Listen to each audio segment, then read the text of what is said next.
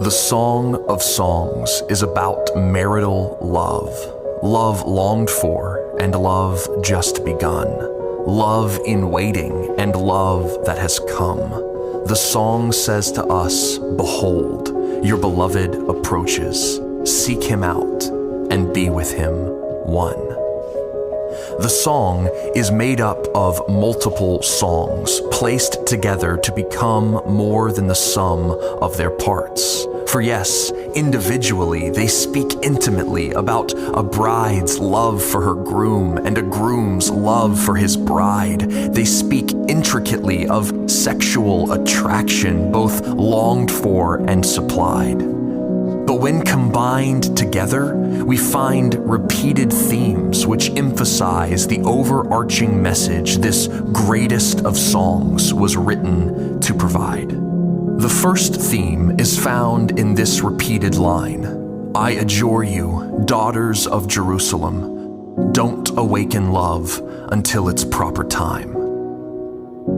This line always follows an intense moment of intimacy experienced between the husband and the bride.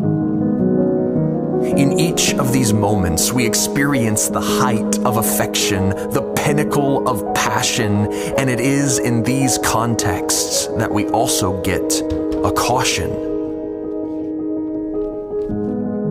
Don't awaken love until its proper time.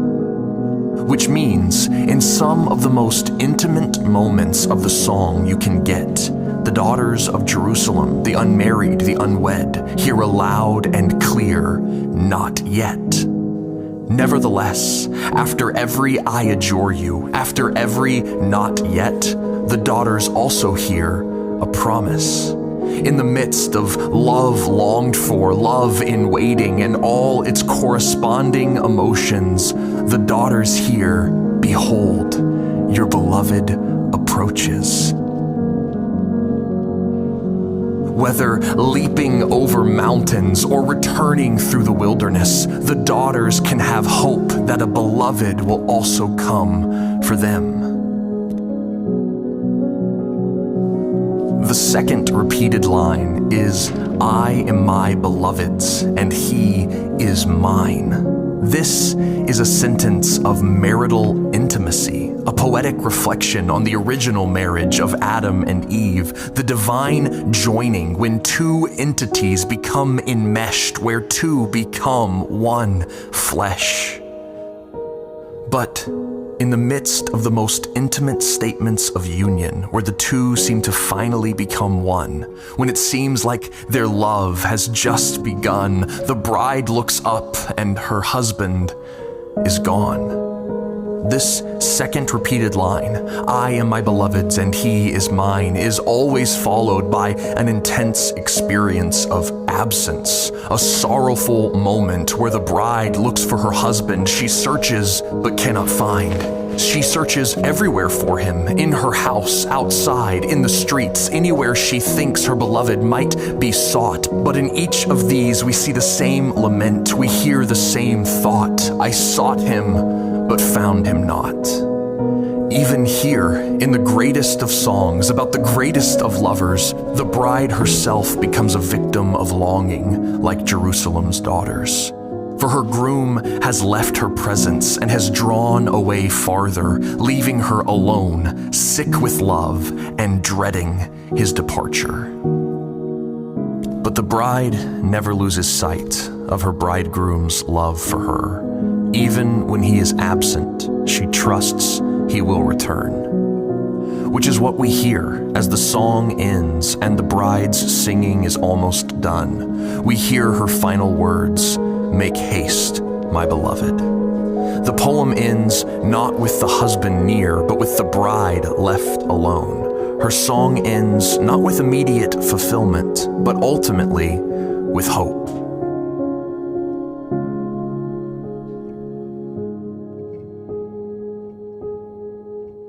When we leave her song, and when its pages are closed, the longing with which the bride longed, the passion that filled every line of her song, instantly becomes our own.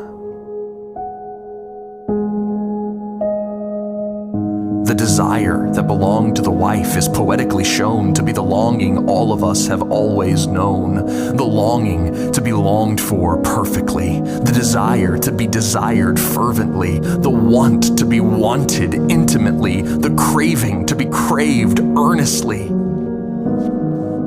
But no love has ever filled this longing permanently. No relationship could ever still this passion totally. In fact, many of us have only ever experienced love as a perversity.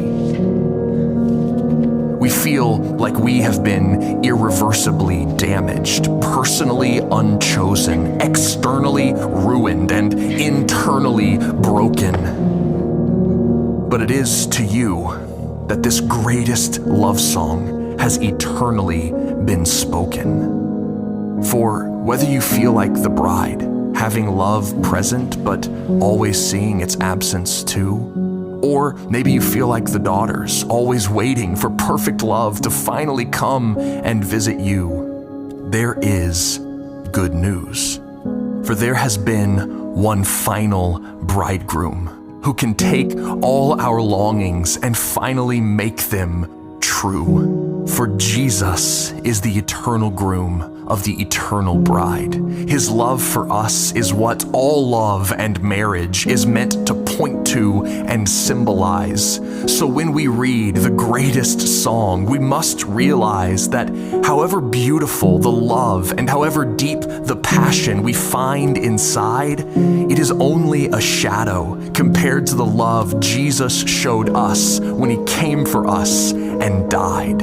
As the song says, love is as strong as death, but in Jesus we found a love that is even stronger. For he rose from the dead to save his bride and to heal the broken hearts of all God's sons and daughters.